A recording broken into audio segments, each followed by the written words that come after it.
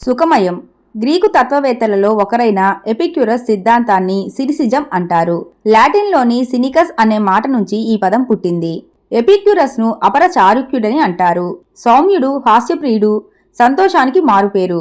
అందుకే ఆయన సుఖానికి ఇచ్చిన నిర్వచనం విచిత్రంగా ఉంటుంది.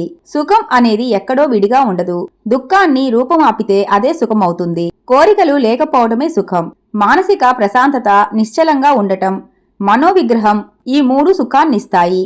సుఖం కోసం ప్రయత్నించకూడదు. అదెక్కడుందోనని పరుగులు తీయకూడదు. అన్వేషించకూడదు. అన్వేషించకుండా ఉండటంలోనే సుఖముంది. నిశ్చలంగా బాధను అనుభవించడమే మంచిది. ఒక్కొక్కప్పుడు బాధను అనుభవించవలసి వస్తుంది. అయితే ఆ బాధ అనుభవించిన తర్వాత మిగిలేది సుఖమే. జీర్ణశక్తి సుఖాన్నిస్తుందంటారు. సుఖం తీవ్రమైతే బాధ తప్పదు.